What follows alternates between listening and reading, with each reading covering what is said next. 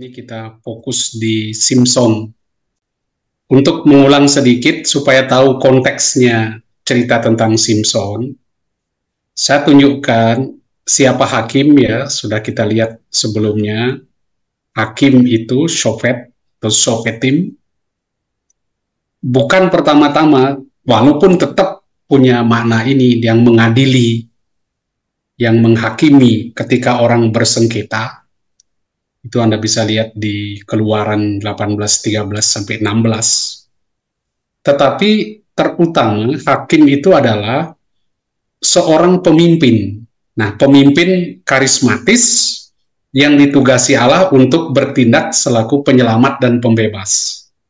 Jadi ketika Israel di dalam kesulitan, di dalam bahaya diserang oleh bangsa asing, muncullah atau Tuhan menugaskan seorang hakim. Mereka ini ya istilahnya seperti Pak Camat begitu ya, Pak Lurah. Dia pemimpin suku, jadi bukan pemimpin nasional. Tetapi di dalam perkembangannya mereka dianggap sebagai pemimpin nasional di dalam masa-masa krisis. Tapi sebenarnya aslinya mereka itu hanya pemimpin di satu kelompok tertentu, suku tertentu, kecil sebenarnya. Nah, untuk memahami teks-teks di kitab Hakim-Hakim dan juga memahami konteks cerita tentang Simpson, kita dihadapkan pada cerita di kitab Hakim-Hakim itu dengan siklusnya begini. Siklusnya selalu terulang begini. Israel melakukan apa yang jahat di mata Tuhan. Itu Anda bisa lihat di Hakim-Hakim bab 2. Lalu mereka dihukum karena melakukan yang jahat. Setelah dihukum, Israel menderita, susah, biasanya dijajah oleh bangsa asing, mereka menyesal, lalu teriak-teriak kepada Tuhan, Tuhan tolong kami ya. Lalu Tuhan mengutus seorang hakim untuk menyelamatkan mereka. Nah, hakim memimpin perang, Israel selamat. Setelah selamat, mereka makmur lagi. Tetapi begitu hakimnya meninggal, Israel berdosa lagi. Jadi dikatakan, kembalilah mereka berlaku jahat, lebih jahat dari nenek moyang mereka, dengan mengikuti ilah lain. Jadi mereka menyembah berhala. Dan jeleknya itu semakin jahat, terulang lagi, makin jahat, dan lebih celaka lagi, hakimnya pun lama-lama makin jelek. Awalnya mereka baik sekali, tetapi ya seperti Otniel, Ehud, Deborah, Barak, mereka hakim yang bagus-bagus sekali. Tapi lama-kelamaan mereka semakin bobrok. Bukan hanya orang Israelnya yang makin bobrok, hakimnya juga. Mereka gagal, mereka tidak setia. Hakimnya tidak setia, rakyatnya, orang yang dipimpinnya lebih lagi. Akhirnya nanti mereka sadar kita perlu seorang pemimpin. Mereka katakan ya semua orang mau bertindak sesuka hatinya. Karena tidak ada pemimpin. Itulah kemudian yang membuat mereka sadar perlunya seorang raja. Maka kitab Hakim-Hakim nanti disusul dengan munculnya sistem kerajaan. Itu. Nah, Simpson ini adalah hakim yang boleh dikatakan terakhir yang menjadi titik di mana Israel menyadari buruknya kehidupan tanpa seorang pemimpin. Semua orang mau bertindak apa yang dipandang baik di matanya. Nah itu jeleknya. Nah, mari kita sekarang setelah melihat konteks cerita di kitab Hakim-Hakim, kita masuk ke cerita tentang Simpson ya, yang kita temukan di dalam bab 13 sampai bab 16 kitab Hakim-Hakim.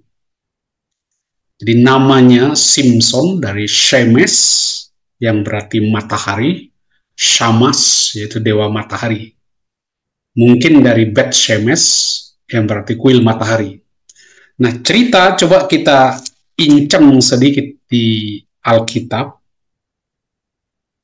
Hakim-Hakim bab 13 sampai 16. Ceritanya semuanya tentang Simpson di situ, mulai dari kelahirannya yang dahsyat, Lalu di bab 14, perkawinan Simson dan teka-tekinya, dia menikah di situ dengan seorang perempuan di Timna. Semua masih konteksnya orang Filistin ya. Lalu dia berkelahi dengan orang Filistin, Simson mengalahkan mereka. Kemudian di 16, di bab 15 itu sebenarnya sepertinya sudah selesai ceritanya. Kalau Anda baca di bab 15 bagian akhir, coba lihat bab 15 bagian akhir, Simson memerintah sebagai hakim atas orang Israel selama 20 tahun pada zaman orang Filistin. Itu kan cara biasanya orang menutup sebuah cerita.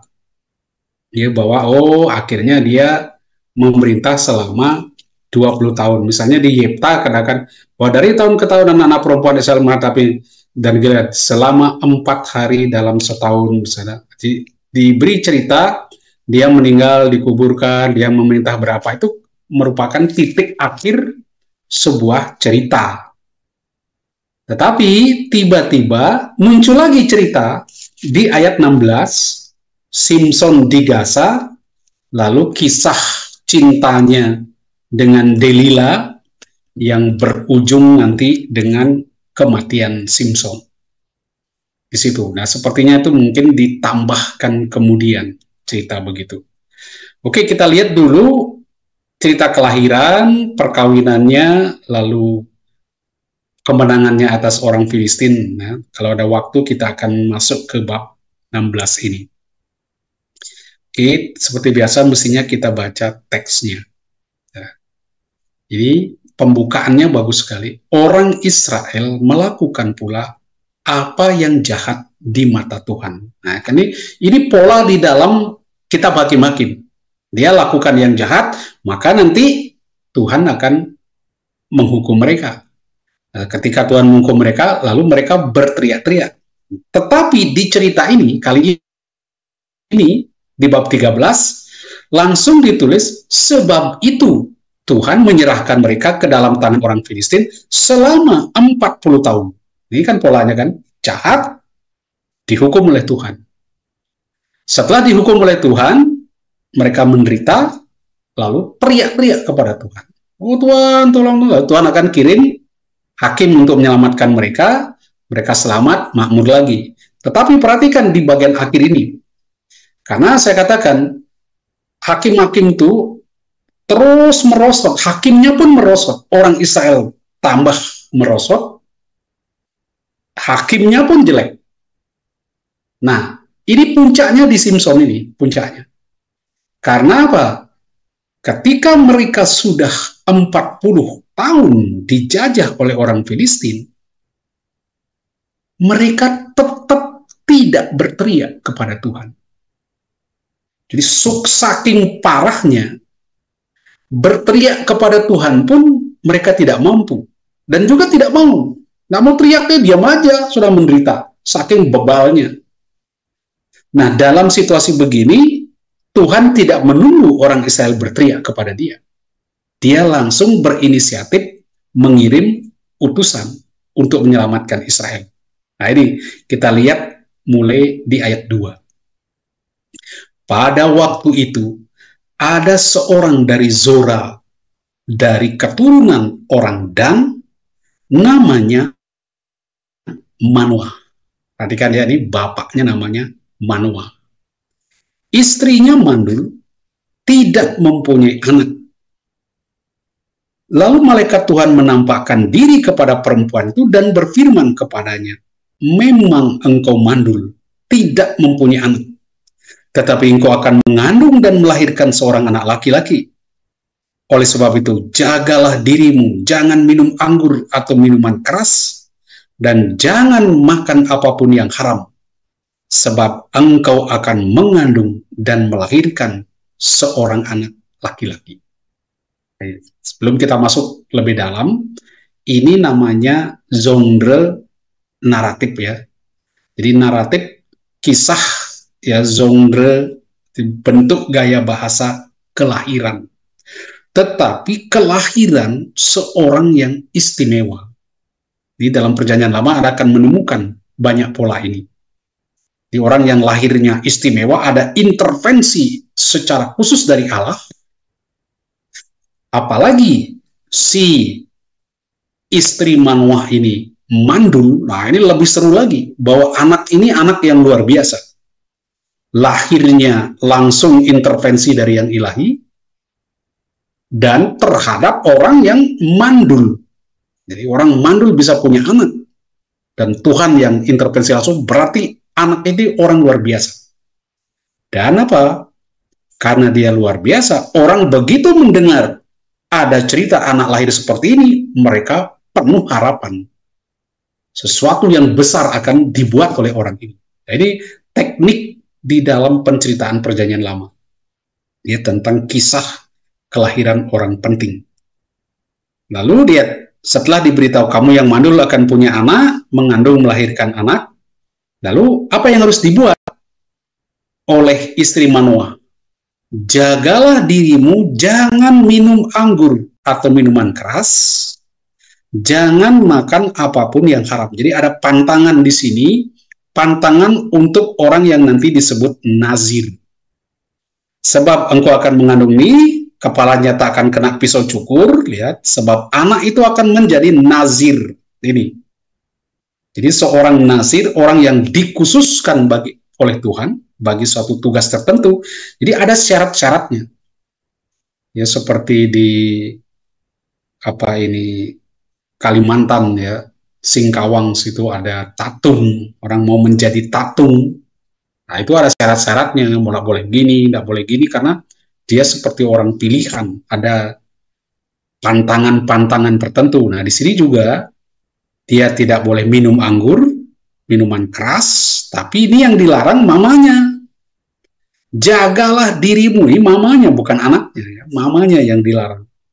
Tapi anaknya apa? Tidak boleh kena pisau cukur. Dialah yang akan memulai menyelamatkan orang Israel dari tangan orang Filistin. Sekali lagi, ini utusan Tuhan, lahirnya harus luar biasa, dan dia ditugaskan untuk menyelamatkan orang Israel. Ini teknik cerita itu. Saya beri komentar sedikit sebelum masuk. Jadi ini ya, orang Israel melakukan ini, Palestina, ini dia berhadapan dengan orang Filistin. Siapa orang Filistin yang kadang-kadang dikaitkan dengan Palestina? Ya, Palestina itu istilah yang jauh kemudian ya, di zaman Roma. Dia, orang Filistin ini adalah sering disebut sea people, orang pelaut, orang-orang laut dari wilayah ini, Aegea dan Kreta. Itu baru masuk Palestina itu 50 tahun setelah Israel memasuki tanah itu. Dia rupanya dari Laut Egea ini dan Kreta, Pulau Kreta, lalu dia pindah ke Mesir. Di Mesir dia diusir sekitar tahun 1200 sebelum Masehi, lalu mereka menetap di pantai selatan Palestina. Jadi kalau saya beli ini, Anda lihat wilayah Filistin di sini. Ini jalur Gaza, di sini Gaza. Ini Filistin. Di sinilah orang-orang Filistin itu tinggal di situ ya, daerah Filistea seringkali disebut. Jadi itu kita lihat poin penting untuk memahami konflik Israel dengan orang Filistin. Yang di dalam sejarah Israel, konfliknya berkepanjangan, nanti berkembang sekali di zaman Daud, ya, Saul dan Daud. Ini saya katakan tadi, saking bejatnya Israel, dia tidak bisa teriak. Nah, Tuhan lalu berinisiatif memberikan ini, membebaskan, tidak diberikan secara penuh, karena para hakim semakin tidak efektif menjalankan tugasnya. Simson pada kenyataannya, kan dia diutus untuk menjadi hakim, penyelamat. Tetapi pada kenyataannya nanti, dia tidak pernah menjadi pemimpin perang melawan orang Filistin. Dia tidak pernah menjadi pemimpin bangsa Israel ataupun suku tertentu. Karena dia berkelahi sendiri, berperang sendiri, Simson. Padahal kan dia rencananya dikatakan menjadi hakim selama 20 tahun. Mestinya kan dia memerintah di situ, memimpin. Tapi pada kenyataannya di dalam cerita ini, tidak satu pun kita menemukan dia memimpin. Dia perang sendiri, pergi ke sana, pergi ke orang Filistin. Tidak ada cerita dia memimpin orang Israel. Ya. Kemudian ia bekerja sendirian ini dilihat sebagai permulaan pembebasan orang Israel dari orang Filistin. Cerita ini tampaknya menjadi cikal bakal atau awal mula Israel melepaskan diri dari penjajahan atau serangan orang Filistin, musuh bebuyutan Israel ini. Nah, nanti saya katakan akan berlanjut pada Saul dan Daud nanti. Daud yang akan mengalahkan mereka, menghabisi mereka. Gitu. Nah, nama laki-laki yang memiliki istri yang mendapat suara dari Tuhan itu, dari malaikat itu namanya Manoah. Itu dari Sora, dia keturunan dari Dan, dan istrinya ini Mandul. Perhatikan istilah Nasir yang saya sebutkan tadi. Nazir biasanya dikaitkan dengan nazar. Orang Nasir dia bernazar. Ya. Nasir itu sendiri berarti orang yang dikuduskan, yang dipisahkan, dikhususkan untuk suatu tugas tertentu, supaya dia melayani Tuhan. Ini ada tugas khusus. Dia diminta melaksanakan beberapa hukum tentang kenasiran. Ada aturannya tentang nasir di bilangan 6, 121, misalnya ya, ada syarat-syarat. Kalau Anda mau menjadi orang nasir, Anda datang dan berjanji ini. Tidak boleh minum anggur atau minuman yang memabukkan. Itu dilarang. Kemudian, tidak makan sesuatu yang haram, dan kepalanya takkan kena pisau cukur. Ini yang diberikan di kitab Hakim-Hakim. Jadi kalau di bilangan, Anda bisa temukan cukup panjang peraturan tentang bagaimana orang menjadi nazir. Ya, di bilangan bab 6, ayat 1 sampai dengan 21. Jadi, kalau saya baca sedikit aja ya. Jadi hukum kenasiran. Misalnya di ayat mulai ayat 3. Maka itu harus menjauhkan dirinya dari anggur, ayat 3, dan minuman keras, tidak meminum cuka dari anggur atau dari minuman keras, tidak meminum minuman yang dibuat dari buah anggur, dan sebagainya. Selama kenasirannya, janganlah ia makan apapun yang berasal dari pokok anggur. Ya. Selama waktu nasarnya sebagai orang, janganlah pisau cukur menyentuh kepalanya, sampai genap waktunya ia mengkhususkan dirinya, dan seterusnya. Silakan baca. Di bilangan 6, 1 sampai 21, itu ada syarat-syarat untuk menjadi nazir. Nah, di dalam cerita tentang Simson ini, mamanya diminta melakukan itu, jangan minum anggur yang memabukkan dan tidak makan sesuatu yang haram. Tapi ini mamanya, bukan anaknya, bukan Simson. Simson yang bagian ayat 4 dan 5, takkan kena pisau cukur. Jadi kepalanya tidak boleh dicukur. Itu aturan untuk Simson.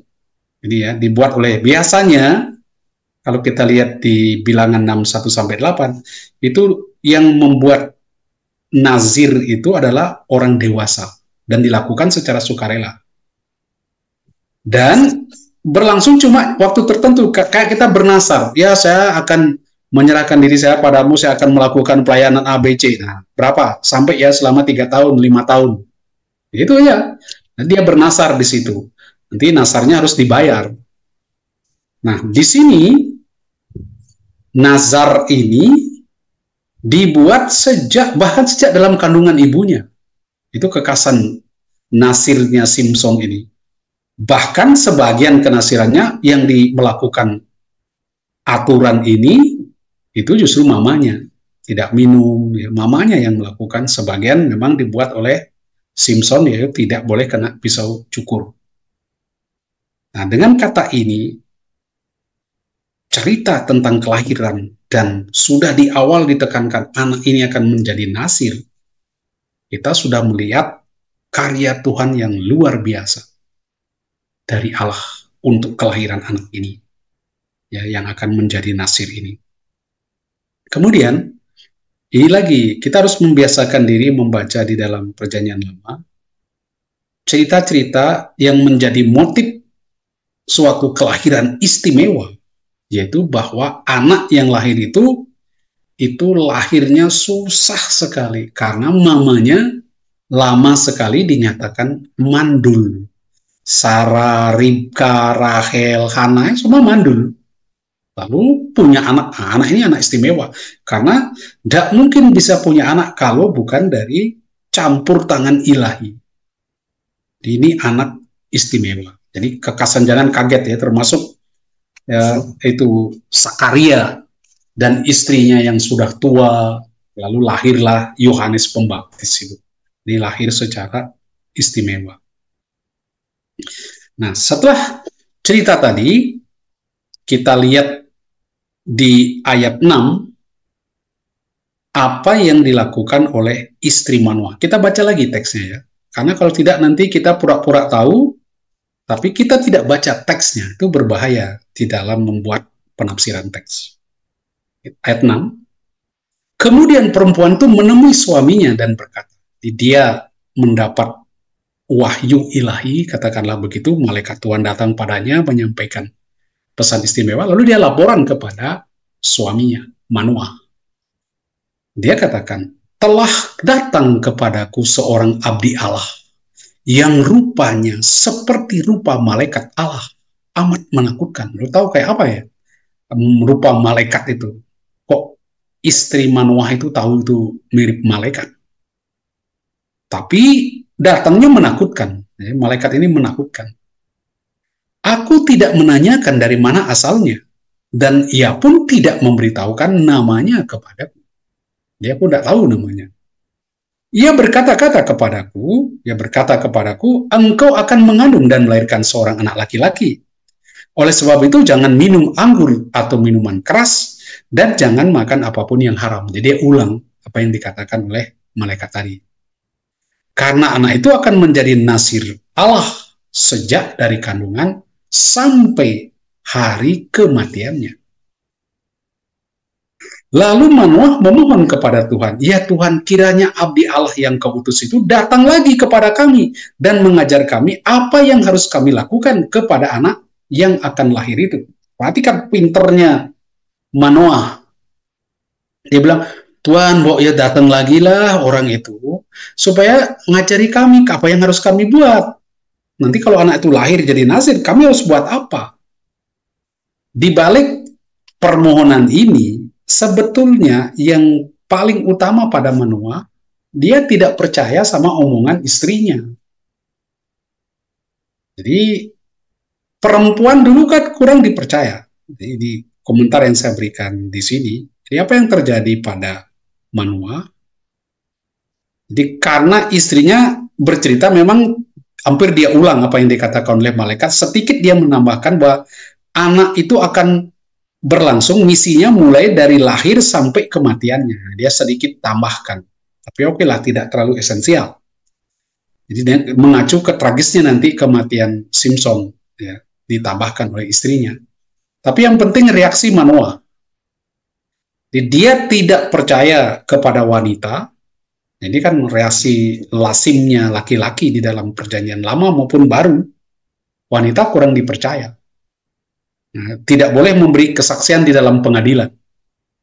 Karena itu dia minta Allah mengutus abdi Allah itu lagi. Itu sebenarnya tujuan utamanya, ya datang lagi Tuhan, supaya saya percaya. Supaya apa yang dikatakan istri saya itu betul, saya bisa percaya. Untuk mengukuhkan, tetapi dia tambahkan, supaya memberitahu apa yang harus ia lakukan. Istrinya kan sudah sebut dia tidak boleh makan minum anggur, minuman keras. Ya. Tetapi Manoah masih ingin tahu apa yang harus saya lakukan untuk anak ini. Ya, supaya tahu jelas perbuatan-perbuatan dalam mempersiapkan anak ini menjadi nasir. Itulah permohonan dari Manoah. Ya, lalu kita lihat di ayat 10. Kita ke ayat 10. Jadi, lihat. Perempuan itu segera berlari memberitahukan orang waktu itu datang. Allah mendengarkan permohonan Manoah. Malaikat Allah datang lagi kepada perempuan itu. Jadi muncul lagi malaikat tadi. Ketika ia duduk di ladang dan Manoah suaminya tidak bersama dia. Nah, ini repot lagi. Manoahnya nggak ada lagi. Perempuan itu segera berlari memberitahukan suaminya. Dia berkata kepadanya, Orang yang waktu itu datang kepadaku, menampakkan diri lagi kepadaku. Oh itu loh, datang lagi tuh, datang lagi. Lalu Manoah bangkit mengikuti istrinya. Ketika ia sampai kepada orang itu, ia berkata kepadanya, "Engkaukah yang telah berbicara kepada istriku?" Jawabnya, "Iya benar." Lalu kata Manoah, "Bila apa yang kau katakan itu terjadi, bagaimana seharusnya cara hidup dan perilaku anak itu?" Jawab malaikat Tuhan kepada Manoah, "Perempuan itu harus menjaga diri terhadap semua yang kukatakan kepadanya." Jadi itu jangan minum anggur, jangan minum minuman yang keras itu ya. Perempuan itu harus menjaga diri terhadap semuanya. Janganlah ia makan apapun berasal dari pohon anggur. Anggur atau minuman keras tidak boleh diminumnya. Dan segala hal yang haram tidak boleh dimakannya. Diulang lagi, ya, perjelas. Ia harus berpegang pada semua yang kuperintahkan kepadanya. Ya itu aja, ditekankan. Saya kira ini tidak sulit. Nah, kata Manoah kepada malaikat Tuhan, "Perkenankanlah kami menahan engkau di sini, supaya kami dapat mengolah anak kambing bagimu." Dia mau mempersembahkan kurban sekarang. Tetapi jawab malaikat Tuhan kepada Manoah, "Sekalipun kau menahan aku di sini, hidanganmu tidak akan kumakan. Jika engkau hendak mengolahnya menjadi kurban bakaran, persembahkanlah itu kepada Tuhan, jangan kepadaku, kepada Tuhan." Manoah tidak menyadari bahwa dia adalah malaikat Tuhan. Kemudian Manoah berkata kepada malaikat Tuhan, "Siapa namamu? Sebab bila apa yang kau katakan itu terjadi, kami hendak memuliakan engkau." Tetapi jawab malaikat Tuhan kepadanya, "Mengapa engkau menanyakan namaku? Nama itu sungguh ajaib." Sesudah itu Manoah mengambil seekor anak kambing dan kurban sajian, kemudian mempersembahkannya kepada Tuhan di atas batu. Lalu ia membuat keajaiban, sementara Manoah dan istrinya menyaksikan. Ketika nyala api naik dari mezbah ke langit, malaikat Tuhan naik pula dalam nyala api mezbah itu. Menyaksikan hal itu, Manoah dan istrinya sujud dengan mukanya sampai ke tanah. Sejak itu malaikat Tuhan tidak lagi menampakkan diri kepada Manoah. Jadi Manoah sudah percaya. Manoah kemudian menyadari bahwa dia itu malaikat Tuhan. Kata Manoah kepada istrinya, "Kita pasti mati, sebab kita telah melihat Allah." Jadi di pandangan kuno, melihat Allah berarti mati. Tetapi jawab istrinya kepadanya, "Seandainya Tuhan tidak membunuh kita, ia tidak akan menerima kurban bakaran dan kurban sajian dari tangan kita. Juga ia tidak akan memperlihatkan semuanya itu kepada kita, dan tidak akan memberitahukan hal-hal itu sekarang ini." Kemudian perempuan itu melahirkan seorang anak laki-laki dan memberi nama Simson kepadanya. Anak itu bertambah besar, dan Tuhan memberkati dia. Lalu roh Tuhan mulai mengobarkan hatinya di Mahanedan yang terletak di antara Sora dan Estaol. Apa yang beberapa poin penting yang bisa kita lihat di situ? Anda sudah baca ceritanya, ya kita kurang lebih sudah obok-obok ya ceritanya, pahami lebih detail. Jadi Simson kemudian lahir dari seorang wanita yang mandul. Kita lihat reaksi Manoah ini setelah Tuhan tetap mau menunjukkan kepadanya kedatangan malaikat ini. Karena Manoah awalnya tidak percaya kepada istrinya, tapi dia minta Tuhan dan Tuhan kabulkan. Ya. Kemudian dia meminta kepada malaikat tanda yang ia terima dalam penyantapan kurban bakaran. Dan naiknya malaikat, dia minta tanda lagi, dan sesudah itu barulah ia yakin bahwa utusan itu datang dari Allah, bahwa itu adalah malaikat. Dia sempat tanya, "Kamu namanya siapa?"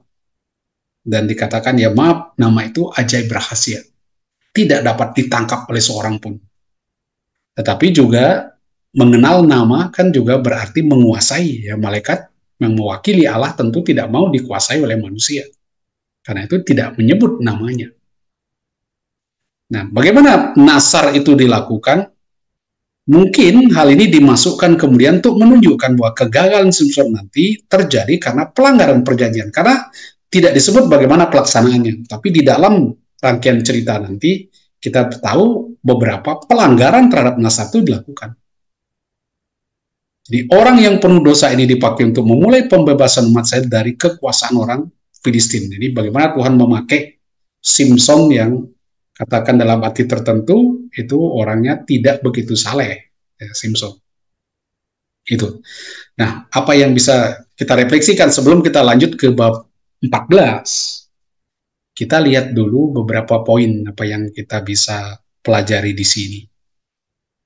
Pertama dari istri Manoah. Ya. Jadi perempuan itu ketika didatangi oleh malaikat, percaya begitu saja, enggak banyak tanya. Enggak banyak tanya, langsung cerita kepada suaminya, walaupun ditambah-tambahi sedikit, tapi hampir verbatim, hampir dia ulang semua apa yang dikatakan oleh malaikat itu. Tidak banyak bertanya. Dan itulah yang terjadi dengan Maria. Dia percaya ketika malaikat katakan, ya roh Tuhan akan berkarya atasmu, ya sudah. Bagaimana itu akan terjadi? Nah, roh Tuhan akan lakukan, ya sudah. Tidak banyak lagi bertanya atau menunjukkan ketidakpercayaannya. Kita lihat juga ada kisah tentang wanita dikubur. Beda dengan Sakaria yang kemudian dihukum oleh Tuhan, Maria tidak dihukum. Ini Sakaria mirip dengan Manoah, tidak mudah percaya, minta tanda. Ya, seperti Thomas, laki-laki cenderung begitu, meminta tanda. Yaitu kita lihat reaksi para murid tentang berita yang dibawa oleh malaikat, mereka tidak percaya. Oh, kita lihat kuburnya sungguh enggak, ya, harus diuji. Nah, bagaimana kita menilai reaksi-reaksi orang terhadap tanda-tanda ilahi, terhadap pernyataan ilahi? Mungkin ya, di dalam kasus tertentu, wanita lebih mudah percaya, lebih mudah menerima. Laki-laki sering mengawalinya dengan keraguan-raguan. Tapi yang menarik bagi saya di sini, Tuhan menghargai kedua bentuk itu. Jadi tidak bisa kita katakan, perempuan tuh terlalu sepele, dikit-dikit percaya, dikit-dikit percaya. Laki-laki itu susah percaya, mesti minta bukti, selalu main otak, tidak main perasaan dan sebagainya. Tapi kita lihat di dalam teks ini, bagaimana Tuhan menghargai dua bentuk cara manusia menanggapi penyataan diri Allah. Kepada istri Manoah, dia menyatakan dirinya, juga kepada Manoah yang tidak percaya, cari-cari alasan, juga Tuhan memberikan tanda ketika dia meminta. Ini menarik di situ, tidak ada unsur, ya kalau kita menghadapi penyataan diri Allah, tidak boleh minta tanda. Tidak ada, kadang-kadang di dalam kelemahan, di dalam keraguan, orang meminta tanda supaya menjadi yakin. Dan dalam kasus-kasus tertentu, Tuhan memberikan. Tuhan memberikan, dia memahami keraguan kita, kelemahan kita. Nah, orang tua Simpson, bagi kita, itu khususnya bagi ibu-ibu muda, ketika menantikan kelahiran seorang anak, dia bagus sekali mengajarkan kita, tanya pada Tuhan, ajarkan kami, apa yang harus kami perbuat kepada anak yang akan lahir itu. Mungkin bukan hanya bagi mereka yang sedang menantikan kelahiran, tetapi bagi kita yang sudah lama juga punya anak, mesti perlu juga bertanya, apa yang harus kami lakukan terhadap anak yang akan lahir itu. Nah, ini di bagian bab 13 itu. Sebelum kita masuk ke bab 14. Nanti pertanyaan menyusul ya. Kita ke 14 dulu kita selesaikan supaya nanti 15, 16 bisa kita dapat. Di bab 14 ceritanya cepat sekali. Simpson sudah dewasa. Anda baca sendiri teksnya. Saya hanya ambil poin-poinnya saja. Di Simpson beberapa waktu kemudian di musim menuai gandum, Simpson pergi, ya.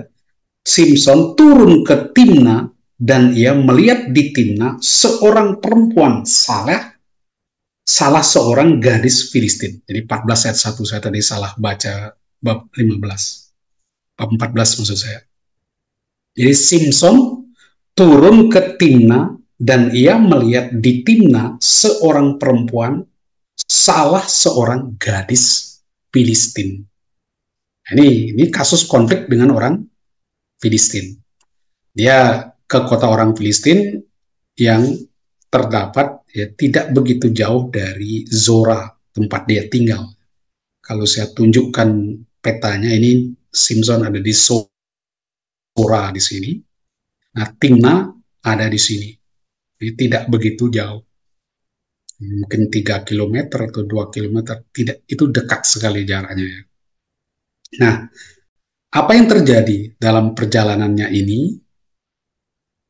Dia jatuh cinta kepada seorang gadis Timna. Ini orang Filistin, berarti non-Israel. Dan ia minta orang tuanya melamarkannya. Ambillah dia bagiku, sebab dialah yang kusukai. Jadi dia minta orang tuanya, kamu ambilkan itu untuk aku. Aku cinta padanya, aku suka padanya. Mau apa? Nah, mamanya, lo gimana kok minta kawin dengan orang asing? Ya aku senang kok. Jadi ini mengingatkan kita buruknya situasi Israel. Perlahan-lahan, makin hari makin bejat mereka. Nanti tiadanya pemimpin, akibatnya setiap orang berbuat apa yang benar menurut pandangannya sendiri. Karena tidak ada pemimpin, semua orang merasa dirinya paling benar. Apa yang dianggap baik, itu yang dia lakukan. Dan Simpson pun mulai pelan-pelan. Sebab dialah yang kusukai. Apa yang kulihat baik, benar di mataku. Ini mulai suka-sukanya. Jadi Simpson melakukannya karena jelas sekali di dalam tradisi Israel dilarang kawin campur. Jadi, tidak boleh menikah dengan orang asing karena ini melanggar perjanjian dengan Tuhan. Nah, orang tuanya pun keberatan. Kalau Anda lihat di bagian awal, ya dikatakan sekedar, tetapi ayah dan ibunya berkata kepadanya tiga, apakah tidak ada seorang perempuan di antara anak-anak perempuan, sanak saudaramu dan saudara, sehingga engkau pergi mengambil istri orang-orang Filistin yang tidak bersunat itu? Kenapa harus ke sana? Jadi orang tuanya sebetulnya keberatan. Tetapi karena Simpson terus mendesak dan dia katakan, wah aku suka, ambil dong. Jadi orang tuanya mengetahui larangan itu, tapi Simpson justru meminta mereka melakukan untuk dia. Dan orang tuanya melakukan, tidak berani melawan anaknya. Nah, untuk memahami apa yang diminta oleh Simpson, ambillah dia bagiku, sebab dialah yang kusukai. Pahami tradisi perkawinan di Israel. Ya, mereka pertama-tama ada perjanjian orang tua. Jadi, dia lihat, anakmu cocok loh sama anakku, gimana? Mau nggak kamu kawinkan anakmu dengan anakku? Nah, ini perjanjian orang tuanya. Oke, setuju. Lalu disampaikan kepada anaknya. Tapi ini tidak mengikat. Kalau orang tuanya anaknya nggak setuju juga nggak bisa berlanjut. Tapi biasanya dimulai dari orang tuanya. Dan anak karena hormat pada orang tua biasanya setuju. Lalu dilakukan pertunangan. Sekitar selama 1 tahun. Di dalam masa pertunangan ini mereka sudah dianggap suami istri, tapi belum serumah. Ya, belum serumah. Tapi sudah dianggap sebagai suami istri. Nah, setelah setahun, nah, si suami akan mendatangi si istri, lalu terjadi upacara perkawinan. Nah, apa yang dilakukan di sini? Mengapa disinggung soal Filistin? Nah, ini teknik ini sudah dipandang sebagai rencana Tuhan untuk membebaskan Israel dari orang Filistin. Ini sudah programnya Tuhan. Dipancing-pancing melalui Simpson, tapi tujuannya mereka akan membebaskan orang Israel dari orang Filistin, tetapi ya keluarganya belum tahu tentang rencana Tuhan ini. Nah, kalau Anda baca bab 13:5-10, bagaimana Simson pergi ke Timna untuk mengambil istri, kita bingung. Kan dia minta pertama mamanya dan papanya untuk mengambil istri bagi dia. Nah, orang tuanya sepertinya pergi dengan Simson, tapi ceritanya membingungkan. Entah orang tuanya ikut atau tidak, lalu gimana mereka pergi, tidak jelas. Coba kita lihat di ayat 5. Ya. Lalu Simson turun ke Timna bersama ayah dan ibunya. Ya. Ketika mereka sampai ke kebun anggur Timna, seekor singa muda mengaum kepada Simson. Lah mamanya kemana? Ya, mama dan papanya itu posisinya di mana? Nah, seketika itu roh Tuhan menguasai Simson, sehingga singa itu dicabiknya seperti mencabik anak kambing dengan tangan kosong. Jadi Simson ketika kemasukan roh, jadi kuat sekali. Tetapi ia tidak menceritakan kepada ayah dan ibunya apa yang sudah dilakukannya. Jadi, terus dia perginya sama siapa? Katanya turun ke Timna bersama ayah dan ibunya. Tapi kok kenapa orang tuanya nggak tahu? Lalu, nah ayat 7. Lalu Simson pergi bercengkerama dengan dia. Tiba-tiba bercengkerama sudah dengan perempuan di Timna. Dan ia suka pada perempuan itu. Setelah beberapa waktu ia kembali lagi untuk mengawini perempuan itu. Jadi itu kan sudah tahap tunangan. Kemudian kembali untuk perkawinan. Ya. Jadi ini perjalanannya di sini ketemu dengan orang Filistin. Tapi jangan lupa di ayat 4 Anda harus perhatikan baik-baik. Ayah dan ibunya tidak mengetahui bahwa hal itu berasal dari Tuhan. Ia memang mencari gara-gara terhadap orang Filistin. Pada masa itu orang Filistin menguasai orang Israel. Jadi ini tindakan Simson yang akan mengawini perempuan Timna itu hanya masuk dalam rencana Tuhan untuk bikin gara-gara supaya bisa berkelahi dengan orang Filistin. Tapi orang tuanya nggak tahu ya kasus itu. Oke.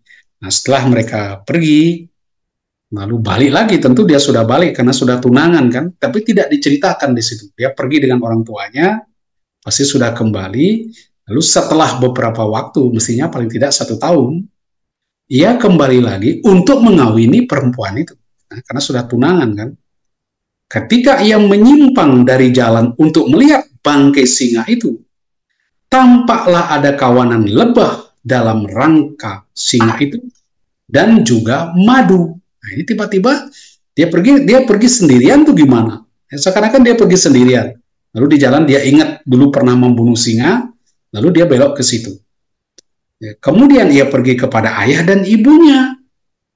Jadi dia mengeruk madu ke dalam tangannya, ambil makanan dan seterusnya. Kemudian ia pergi kepada ayah dan ibunya. Sepertinya ayah dan ibunya ikut juga untuk perkawinan ini. Ya. Lalu mereka memakannya. Tetapi ia tidak menceritakan kepada mereka bahwa ia mengeruk madu itu dari rangka singa. Ya, karena dia orang tuanya nggak melihat karena dia belok sendiri. Setelah ayahnya pergi kepada perempuan itu, Simson mengadakan pesta di sana sebab demikianlah kebiasaan yang dilakukan orang-orang muda. Jadi sekarang kita lihat sesuatu yang ajaib di sini. Ya. Yang penting di dalam kisah ini adalah sebetulnya Simson melanggar hukum kenaziran. Ini Anda ditunjukkan lagi hakim itu yang mestinya memberi teladan kepada orang yang dipimpinnya. Ini justru menunjukkan kebobrokan. Padahal dia utusan Tuhan. Ya. Kan mestinya tidak minum anggur, minum yang mogok kan itu mestinya untuk orang yang bernazir. Tapi di dalam konteks ini, ibunya yang harus melakukan itu. Kemudian dilarang makan sesuatu yang haram, terutama yang dikaitkan dengan mayat manusia atau bangkai binatang. Nah, dia mengambil makanan dari rangka singa yang dia bunuh. Kan itu bekas binatang, ya, bangkai.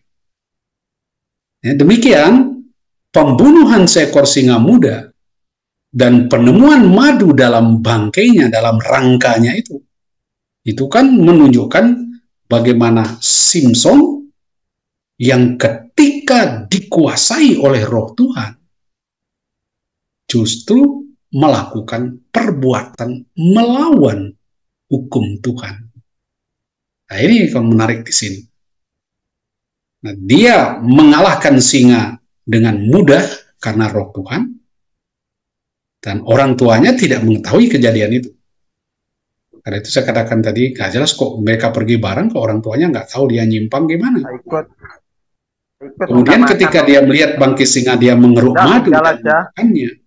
Jelas ini minum madu yang tidak bersih karena diambil dari bangkai. Dia melanggar hukum kenaziran.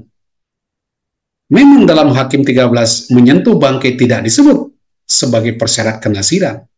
Namun ada dalam bilangan ini. Aturan-aturan tentang kenaziran, Anda bisa lihat itu. Tidak boleh makan bangkai, ya, apa yang dibuat. Ya, sekarang kita lihat setelah hari ke-7. Ini seru. Di ayat 14. Nah, jadi setelah hari ke-7, Simpson lalu mengadakan pesta, lalu dia bertaruh dengan orang-orang muda di Timna melalui teka-teki. Dia katakan, dari yang makan keluar makanan, dari yang kuat keluar manisan. Jadi daripada pestanya sepi-sepi, minum-minum toh, apalagi pestanya perkawinan sampai 1 minggu, ya, mesti ada guyonan-guyonan, ada taruhan. Kalau di Bali itu orang sering meceki, ya, main kartu, tapi ada taruhannya dikit-dikit supaya seru. Nah, ini yang dibuat di dalam upacara ini. Simpson lakukan hal yang demikian. Dia bikin teka-teki dan katakan siapa yang dapat menebak teka-tekinya. Jadi dia pertaruhnya tinggi sekali, ya. Dia katakan, namun jika kamu tidak menjelaskannya, ya kan? Jika kamu mampu menjelaskannya, aku akan memberikan kepadamu 30 pakaian linen dan 30 pakaian kebesaran. Taruhannya 30 pakaian linen, 30 pakaian kebesaran. Jadi kalau kamu bisa, kamu dapat itu. Kalau tidak, kamu bayar segitu kepadaku. Nah, ini taruhannya Simpson. Ini bikin gara-gara. Tuhan bantu dia bikin gara-gara supaya bisa berkelahi dengan orang-orang Filistin. Nah, di sini pertanyaan ini, dari yang makan keluar makanan, dari yang kuat keluar manisan. Nah, gimana Anda menebak teka-teki itu? Bisa enggak? Apa itu? Jadi kalau Anda ikut taruhan sama Simpson di situ, bisa jawab enggak teka-teki Simpson itu? Pertama, saya katakan tidak mungkin diterka jika mereka tidak mengetahui apa yang dialami oleh Simpson, yaitu membunuh singa dan mengambil madu dari lebah yang bersarang di sana. Dari yang makan keluar makanan. Siapa yang makan di situ? Singa, keluar makanan, keluar madu di situ. Jadi dia akhirnya mengambil madu dari lebah yang bersarang di sana. Orang Filistin mampu menjawabnya hanya dengan mengancam istri Simpson. Mereka katakan, kalau tidak kami akan membakar engkau beserta seisi rumah ayahmu. Nah ini, karena mereka katakan, ya gimana kalau kami tidak menjawab, apakah kau menikah di sini sama orang asing supaya kami semua menjadi miskin karena harus memberi pakaian linen itu. Nah, mereka peras istri Simpson. Pada hari ke-7 pesta itu, orang-orang Filistin lalu memberi jawaban demikian. Apakah yang lebih manis daripada madu? Apakah yang lebih kuat daripada singa? Nah, lihat teka-teki zaman dulu tuh rumit juga ya. Teka-teki zaman dulu, lihat. Dari yang makan keluar makanan, dari yang kuat keluar manisan. Apa itu? Dijawab dengan teka-teki juga. Dijawab dengan teka-teki, dari yang keluar makanan, apakah yang lebih manis daripada madu? Apakah yang lebih kuat daripada singa? Gimana mau menjawab jawabannya? Di pertanyaan dijawab dengan pertanyaan.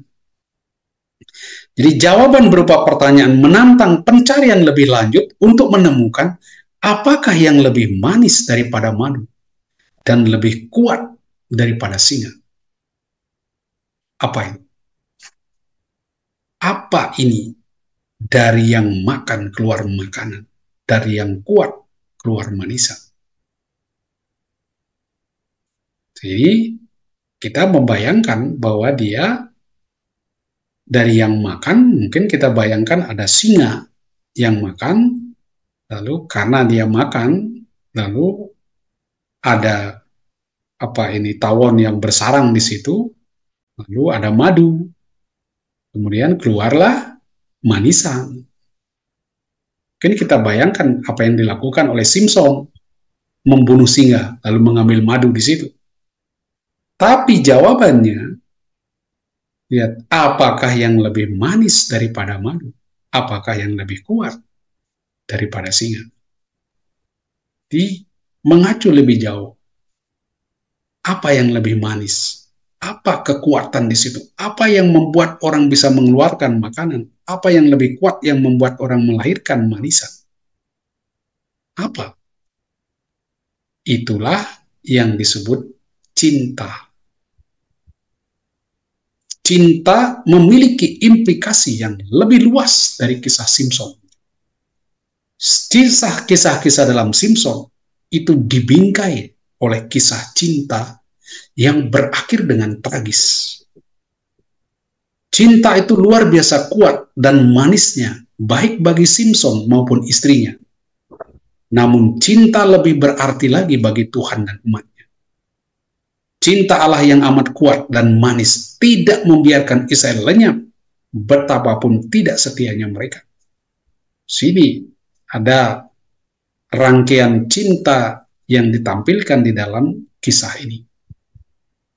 Nah, ketika Simpson mendapat jawaban itu, berarti teka-tekinya terjawab, dia kalah. Dan dia katakan, kalau kamu tidak membaca dengan lembu petitangku, pasti kamu tidak menebak teka-tekiku. Ya? Jadi kalau kau tidak membaca istriku, kau peras istriku, kau ancam istriku, tidak mungkin kau bisa menjawab, ya karena istriku ya orang yang aku kasihi di situ, ya mau aku gimana? Cinta itu yang membuat aku bisa memberitahukan rahasianya kepada istriku. Nah, inilah apa yang dilakukan oleh orang-orang muda di Timna membuat Simpson sangat marah. Ya.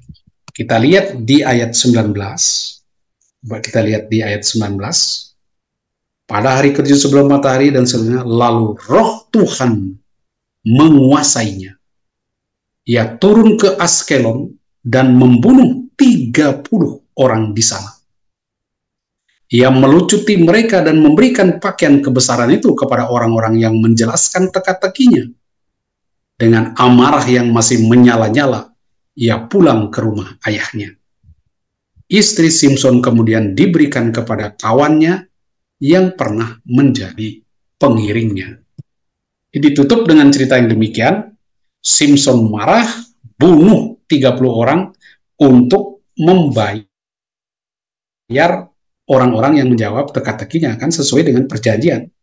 Jadi kalau kau bisa menjawab teka-tekiku, maka kamu akan kuberikan 30 pakaian linen dan 30 pakaian kebesaran. Ternyata mereka berhasil. Jadi Simpson lalu bunuh orang Filistin untuk dapat pakaiannya itu. Kemudian dia marah, dia pulang ke rumah ayahnya, istrinya ditinggal, tapi diceritakan di situ diberikan kepada kawannya yang pernah menjadi pengiringnya. Jadi dia pulang tanpa membawa istri. Jadi menikah tapi pulang tidak membawa istri. Sementara ini diberikan kepada bekas pengiringnya itu di ayat 20. Nah, selesai di situ. Kita coba sebelum masuk ke 15 dan 16, kita lihat satu poin penting di sini, yaitu bagaimana roh Tuhan menguasai Simson.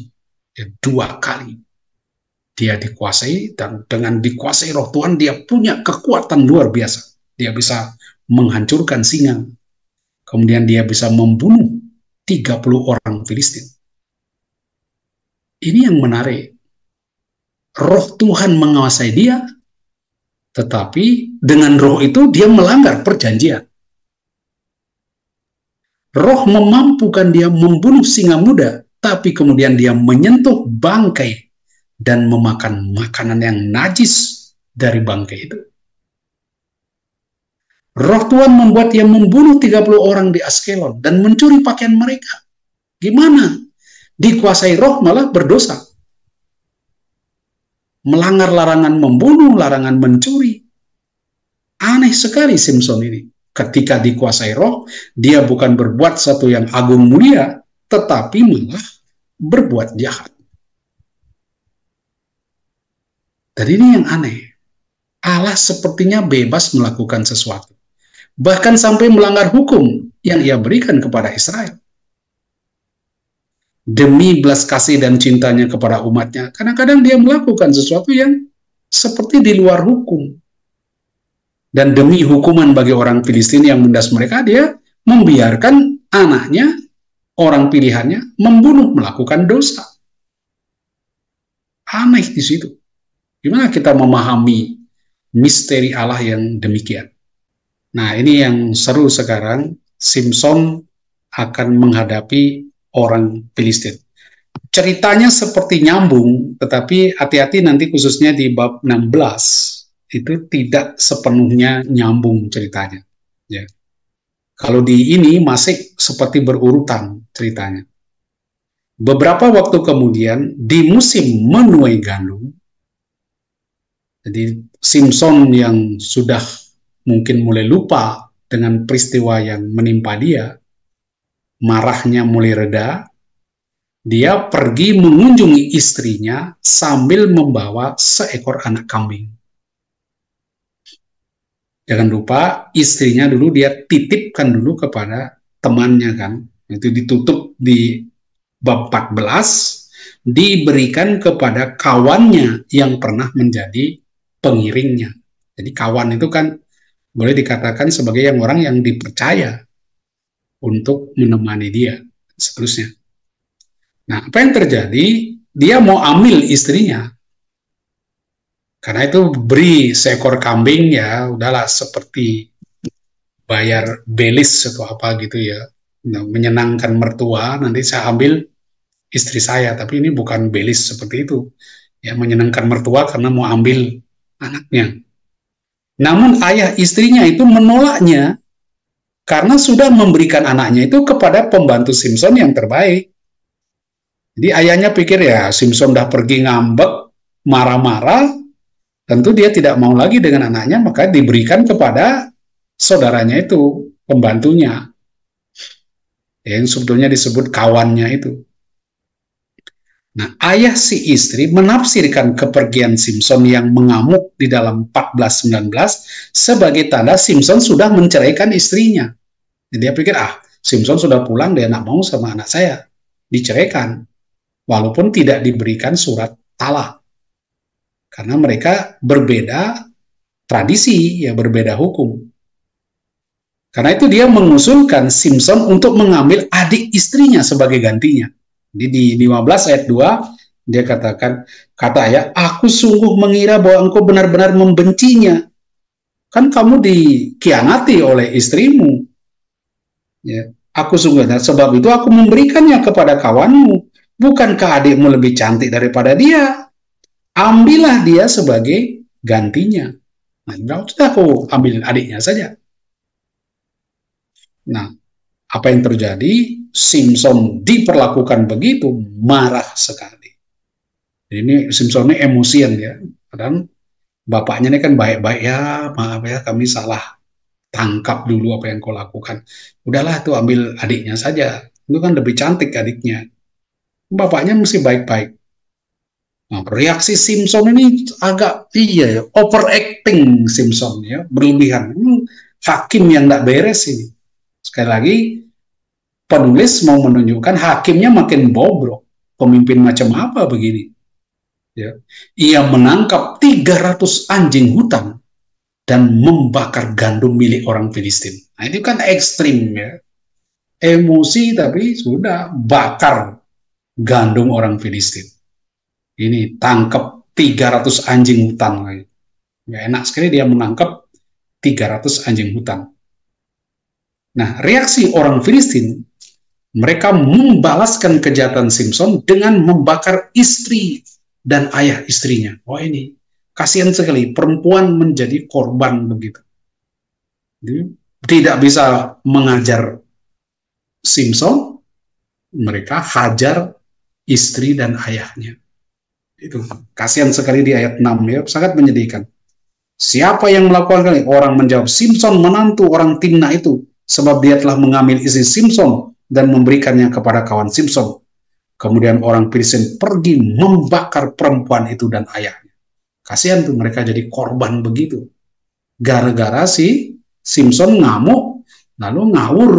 Ya, membalas dendamnya tuh ngawur, bukan menghukum istri dan ayahnya, tapi diajar orang Filistin yang dihajar di situ. Ya. Kata Simpson kepada mereka, jika demikian, yang kamu lakukan sesungguhnya aku tak akan berhenti sebelum aku membalaskannya kepada kamu. Ini balas dendam lagi. Inilah yang dibaca, ditafsirkan oleh penulis, Tuhan bikin gara-gara supaya bisa membebaskan Israel dari orang Filistin. Itu kan penafsiran bagaimana penulis menafsirkan kejadian ini. Jadi dia meremukkan tulang-tulang mereka lalu tinggal di gua Bukit Batu Etam. Ya, di ayat 7 dan 8. Jadi orang Filistin kemudian berkemah di wilayah Yehuda dan memencar ke Lehi. Ini dia mau kejar Simpson itu, mau bunuh dia.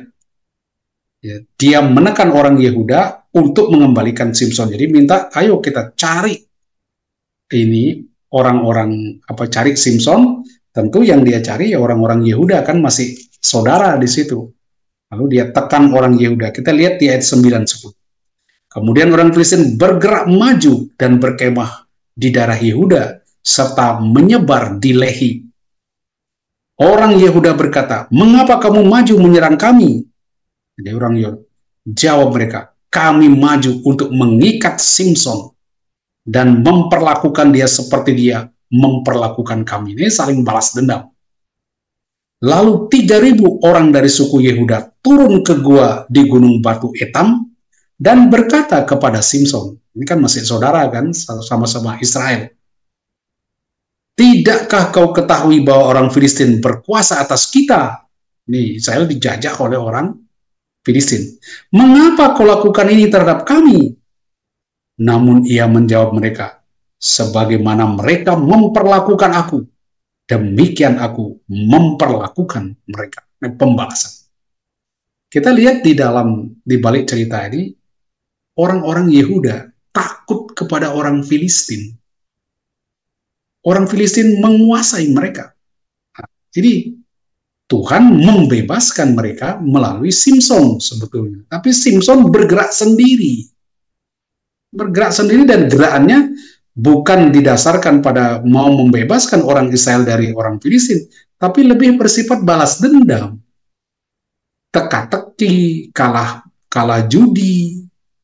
Jadi menyimpang sekali dari jalan yang ditetapkan Tuhan, pembebasan bangsa Israel dari orang Filistin. Ya. Lalu ini mungkin ada apa yang disebut dengan etiologi yang ditekankan di dalam ayat 9 dan seterusnya tadi. Ya. Kata mereka dan seterusnya, ketika mereka sampai ke Lehi, ini saya baca mulai ayat Mereka berkata kepada, tidak, kami hanya mau mengikat dan menyerahkan engkau ke dalam tangan mereka. Kami tidak akan membunuh engkau. Jadi orang-orang Yehuda tangkap dia. Mereka mengikat dia dengan 2 tali baru dan membawa dia dari bukit batu itu. Ketika ia sampai ke Lehi, orang Filistin mendatangi dia sambil bersorak-sorai. Nah ini kembali, lalu roh Tuhan menguasainya, sehingga tali-tali pada tangannya menjadi seperti batang rami yang habis dilahap api, dan segala pengikatnya luluh di tangannya. Jadi dia tidak bisa diikat dengan tali baru.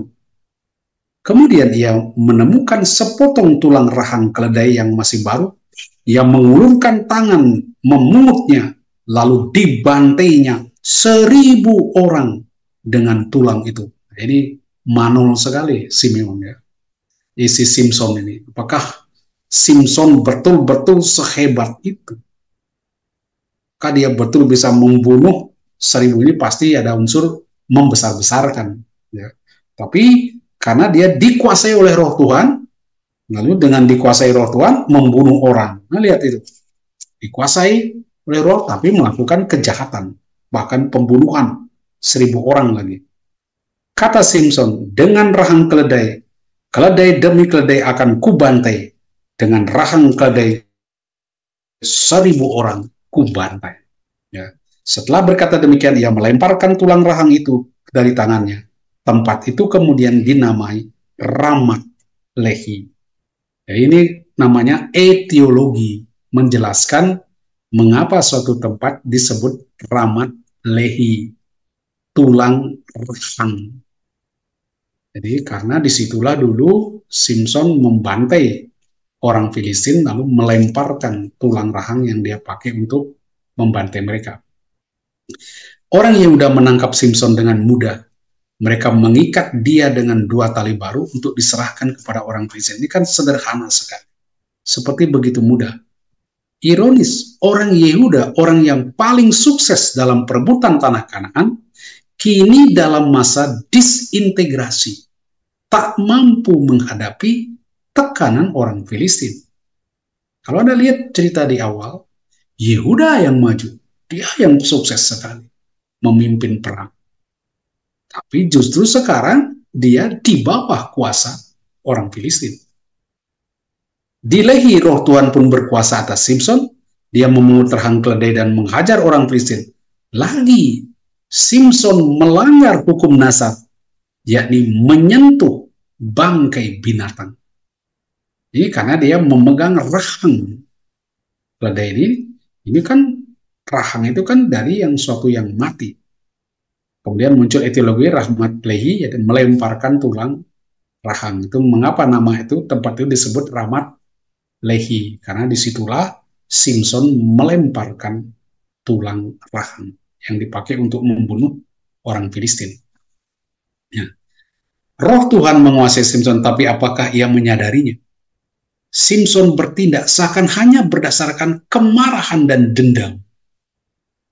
Dikuasai roh, tetapi bergerak di dalam kemarahan dan dendam.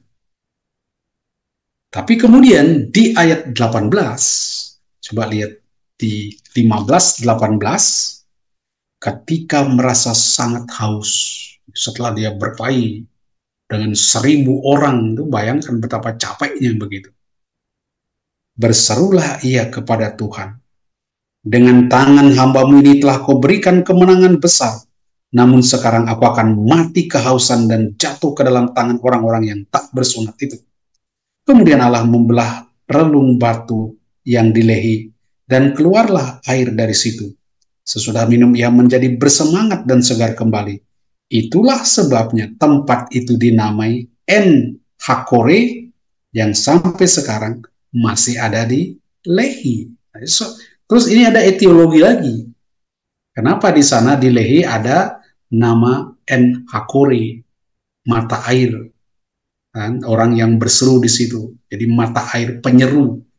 Sebuah sumber air yang ada di Lehi. Mengapa ada itu? Oh, dulu ceritanya begini. Simpson kehausan, setelah membantai orang-orang Filistin, dia kehausan lalu minta kepada Tuhan yang dia yang kehausan supaya diberi air, lalu Tuhan memberikan air di situ dari lehi situ.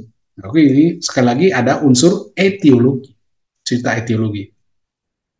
Kemudian penutup cerita, ia meminta sebagai hakim atas orang Israel dalam zaman orang Filistin 20 tahun lamanya. Ini sekali lagi ini kesimpulan cerita. Selesai bab itu pada bab 15. Tapi tiba-tiba ditambahkan lagi cerita bab 16. Jadi bab 16 tambahan kemudian, dan Anda bisa rasakan di 1631, coba lihat di 1631, ya, di situ bunyinya, sesudah itu saudara-saudaranya dan seluruh keluarganya datang mengangkatnya dan membawanya, lalu mereka menguburkannya di Sora Estaol. Dia memerintah sebagai hakim atas orang Israel selama 20 tahun. Nah, ini diulang lagi. Karena apa? Rupanya sudah selesai dulu. Ada sesuatu yang belum diceritakan. Diceritakan lagi, kemudian ditutup lagi dengan kalimat yang kurang lebih sama. Nah, kita lihat bab 16, cerita yang sebetulnya berbeda. Mungkin saya beri refleksi sedikit ya, supaya kita menemukan pesan ilahi di balik cerita ini. Jawaban Simson kepada orang Yehuda tentang orang Filistin, seperti mereka memperlakukan aku, demikianlah aku memperlakukan mereka. Jadi ada unsur pembalasan legal. Orang dibalas sesuai dengan apa yang dia lakukan. Tetapi terhadap istrinya orang Filistin, ia menunjukkan cinta yang penuh belas kasih. Simson sama sekali tidak menghukum istrinya. Padahal istrinya berkhianat, membuat dia kalah dalam teka-teki. Inilah sebetulnya gambaran hubungan Allah dengan umatnya. Kadang-kadang Allah seperti bertindak legal. Kalau gini otomatis kamu akan kena ini karma. Tapi seringkali kita lihat dia berbelas kasih, tidak menghukum umatnya. Kadang dia mengikuti hukum, kadang dia juga belas kasih, dan ini bahkan kasih dan belas kasihnya tidak lenyap oleh ketidaktaatan Israel. Terus saja Allah begitu. Nah, inilah seninya relasi manusia dengan Allah, yang sering justru diwarnai oleh belas kasihan. Gitu. Kita lihat sekarang penangkapan dan kematian Simson yang saya katakan unsur tambahannya. Ya. Jadi di sini ada adegan yang agak janggal pertama, yaitu Simson dengan wanita sundal di Gaza. Itu salah satu kota orang Filistin ya, Gaza. Kemudian Simson dan Delila, lalu kematian Simson. Ini yang bagian terakhir sekali. Jadi perhatikan, kadang-kadang orang mengacaukan kisah Simson dengan perempuan di Timna dan Simson dengan Delila. Jadi cerita yang berbeda dan mungkin sisipan kemudian. Oke, kita lihat ada adegan ini, Simson mabuk cinta dan ada unsur magis. Dan dia sekali lagi melanggar hukum Nasar. Dia kontak dengan bangkai, memakai busur panah, urat binatang yang... Jadi banyak sekali Simson itu ngelanggar hukum Nasar. Ya. Nah, kita lihat coba adegan pertama. Simson dengan wanita sundal.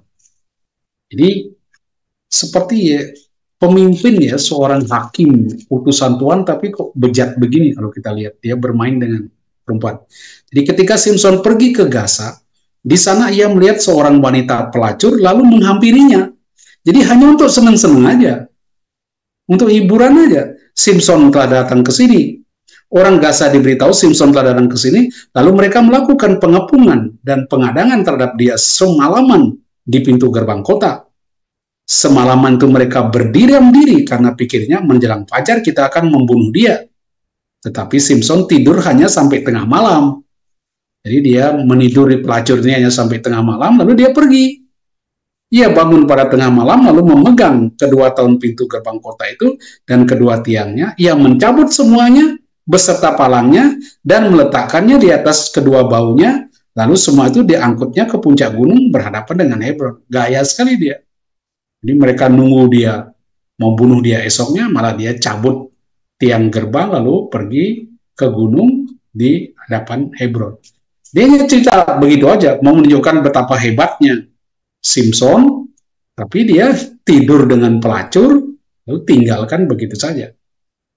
Jadi semua terjadi di Gaza, salah satu kota orang Filistin di pantai selatan Palestina, sekitar 38 mil dari Hebron. Ya, kalau kita lihat Gaza tadi ya, pas di pinggir di bawah, sekarang itu jalur Gaza itu, ya dekat dengan Mesir. Itu yang pertama. Jadi sederhana sekali ayat 16 1-3. Dia hanya dikatakan pergi ke Gaza, tidur dengan pelacur, dikejar mau dibunuh oleh orang-orang Filistin, tapi malam hari dia sudah pergi membawa tiang pintu itu, tiang gerbang dia bawa. Oke, sekarang adegan yang kedua. Ini yang sering orang filmkan, yaitu Simpson dan Delilah. Persisnya seperti apa? Jadi adegan kedua berisi kisah stereotip, jadi mirip-mirip, yaitu Simpson mabuk cinta kepada Delilah. Hingga kelakuannya seperti tidak normal, tidak wajar. Apa-apa diminta dikasih. Selain itu ada juga unsur magis di dalam cerita ini. Orang Filistin percaya bahwa beberapa kekuatan magis dan kodrati diberikan kepada Simpson. Jadi, lalu Raja Kuat dia, rayulah dia dan selidiki mengapa kekuatannya demikian besar dan bagaimana kami dapat menundukkannya serta mengikatnya untuk menundukkannya. Kami masing-masing akan memberikan 1.100 keping uang perak kepada itu. Bayarannya tinggi sekali. Kalau Delilah memberikan rahasia kekuatan dari Simpson. Nah, ini orang Kristen percaya ini. Lalu dia minta kepada istri, kepada pacarnya ini, belum nikah dia ya, Delilah ini, kekasih gelapnya ini, kekasih, bukan gelap ya, masih tunangan, masih pacaran. Ya. Lalu penjelasan Simpson mengandung gagasan magis di 6-14, kalau Anda lihat itu, nanti diikat dengan tali baru dan sebagainya. Itu seakan-akan ada sesuatu kekuatan ajaib, gaib di situ, pada dirinya. Nah, Simpson lagi-lagi melanggar hukum Nasar, yaitu larangan kontak dengan mayat bangkai, yang memakai busur panah dari urat binatang yang disembelih. Di ayat 7, jawab Simpson, jika aku diikat dengan 7 tali busur baru yang belum dikeringkan, aku akan menjadi lemah sama seperti manusia lainnya. Lalu raja-raja kota Filistin datang dan perempuan itu dengan 7 tali busur baru yang belum dikeringkan, ia pun mengikat Simpson dengan tali-tali itu. Itu dia melanggar terus hukum-hukum Nasar itu.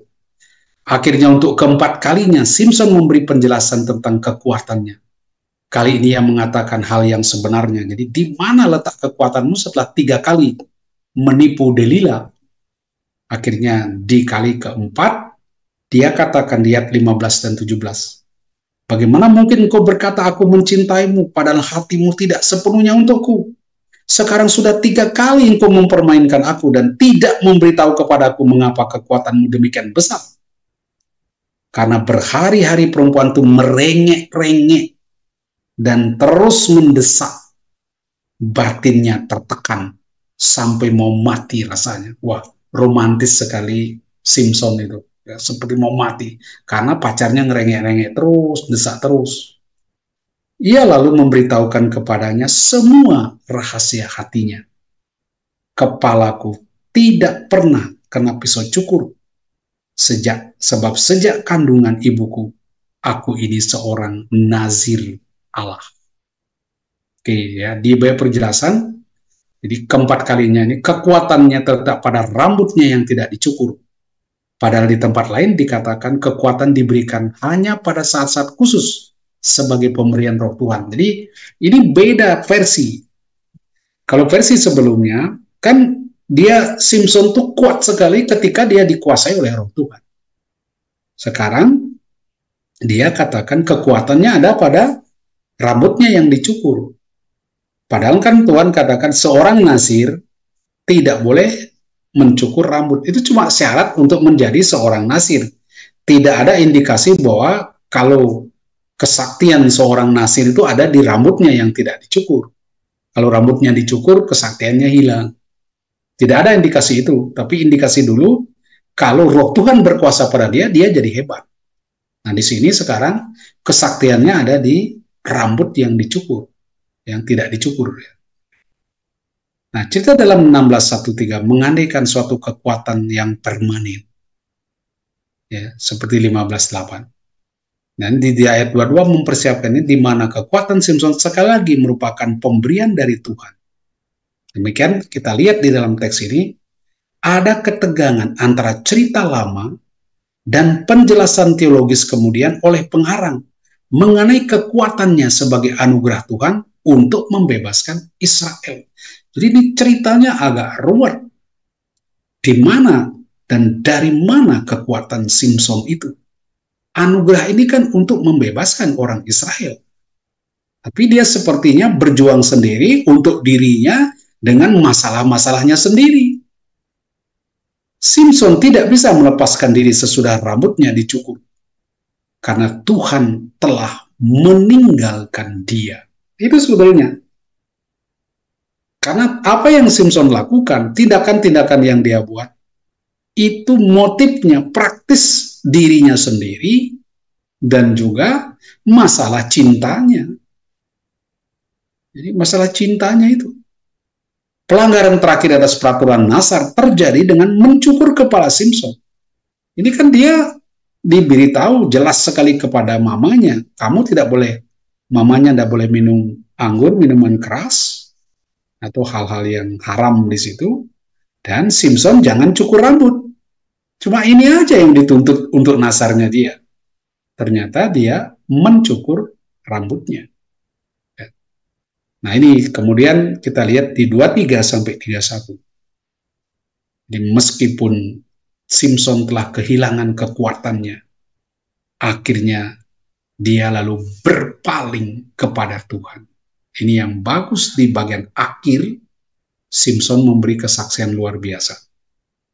Ya, karena ada pesta orang-orang Filistin, para rajanya, tokoh-tokoh pesta besar, lalu katakan, panggil Simson yang sudah ditangkap, yang sudah dipenjara itu, panggil dia, suruh dia ngelawak di sini buat hiburan untuk kita yang berpesta. Dan disitulah Simson lalu melakukan pembalasan. Dia katakan di situ, suatu hari berkumpul raja-raja kota Pison dan mempersembahkan kurban sembelihan yang besar kepada Dagon, ilah mereka. Dagon itu gandum, artinya dewa pertanian kuno dari dunia Semit Barat, namun dalam Alkitab tampak sebagai dewanya orang Filistin yang muncul di situ. Di sini kita lihat dia di titik akhir hidupnya, dia diminta menghibur orang-orang Filistin yang berpesta ria karena keberhasilan mereka, terutama juga karena sudah berhasil menangkap Simson, menjarakan dia. Lalu dia dipanggil, lalu berserulah Susanai. Rumah itu penuh dengan laki-laki dan perempuan. Semua raja kota Filistin ada di sana.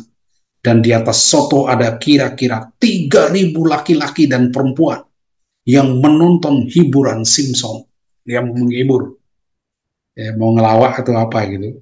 Lalu berserulah Simson kepada Tuhan, ya Tuhan Allah, ingatlah aku dan buatlah aku kuat sekali ini saja. Ya Allah, supaya dengan satu pembalasan saja, ku balas kedua mataku ini terhadap orang Filistin. Kemudian Simson memegang kedua tiang yang di tengah penyangga rumah itu, lalu bertopang pada tiang yang satu dengan tangan kanannya, dan kepada tiang yang lain dengan tangan kirinya. Berkatalah Simson, biarlah aku mati bersama orang Filistin ini. Lalu ia membungkuk dengan sekuat tenaga, sehingga robohlah rumah itu menimpa raja-raja kota itu, dan seluruh rakyat yang ada di dalamnya. Yang mati dibunuhnya pada waktu ia mati, lebih banyak daripada yang dibunuhnya pada waktu ia hidup. Sesudah itu, saudara-saudaranya dan seluruh keluarganya datang mengangkatnya, dan seterusnya. Itulah akhir tragis dari kisah Simpson. Ya, kita lihat ada begitu banyak wanita di sekitar Simpson. Apa yang kita bisa lihat di akhir refleksi ini? Ya, seorang hakim yang ditugaskan untuk membebaskan Israel dari pemerintahan asing, dalam hal ini adalah orang-orang Filistin, semestinya dia harus memimpin Israel berperang.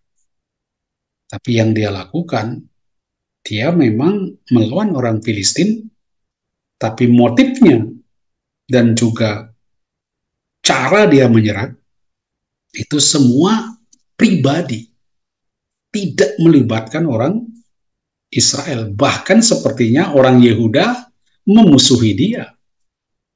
Jadi dalam cerita ini. Kemudian kita juga lihat wanita-wanita di dalam kehidupan Simpson.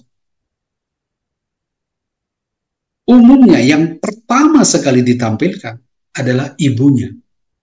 Dan ibunya dijadikan seperti model orang yang setia kepada Tuhan. Dan percaya dengan mudah kepada Tuhan dan janjinya. Positif sekali mama dari Simpson. Tetapi di dalam kehidupannya, Simpson bertemu dengan wanita-wanita lain, tapi semuanya buruk-buruk, negatif sekali. Dan wanita-wanita ini sepertinya menjadi objek keinginan. Apalagi kalau kita tampilkan perempuan sundal di Gaza, itu hanya untuk kesenangan Simpson. Ya senang, pergi, ditinggal, malam-malam ditinggal. Dan perempuan-perempuan ini ditampilkan sangat negatif. Merengek-rengek, mendesak, ayo Simpson kamu masa gini, masa kamu cinta aku, kau tidak mau beritahu rahasianya. Jelek sekali. Menjerumuskan Simpson kepada kehancuran, bahkan juga kehancuran ekonomi. Karena Simpson harus membunuh begitu banyak orang supaya bisa membeli kain linen dan kain kebesaran. Ya kan? Jadi perempuan-perempuan ini merusak Simpson juga di dalam bidang ekonomi, bahkan perbuatan moral pembunuhan, termasuk juga seksual. Yang ujung-ujungnya membawa dia kepada kematian.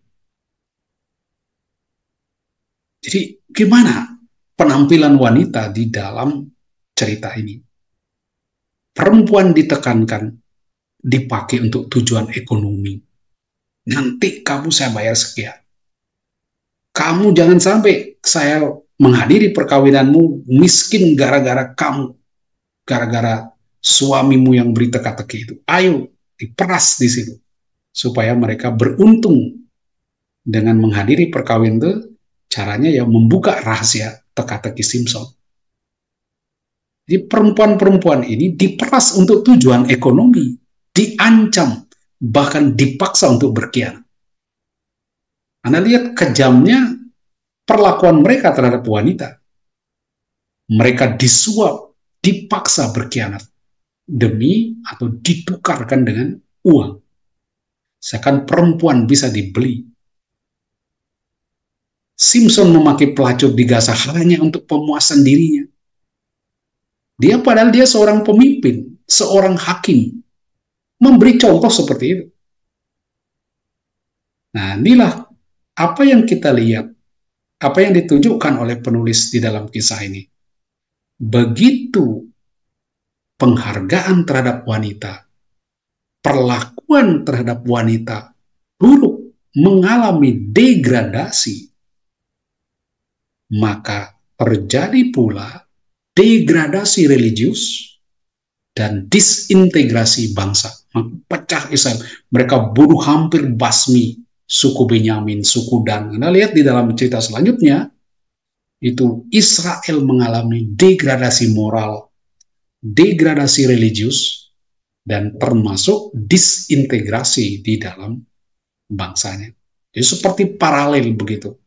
Bagaimana perlakuan orang, penghormatan orang terhadap wanita akhirnya menurun-menurun paralel dengan rusaknya kehidupan berbangsa dan bernegara di situ. Disintegrasi mulai terjadi dan akhirnya yaitu negaranya rusak sehingga harus dimunculkan sistem yang baru yaitu sistem kerajaan.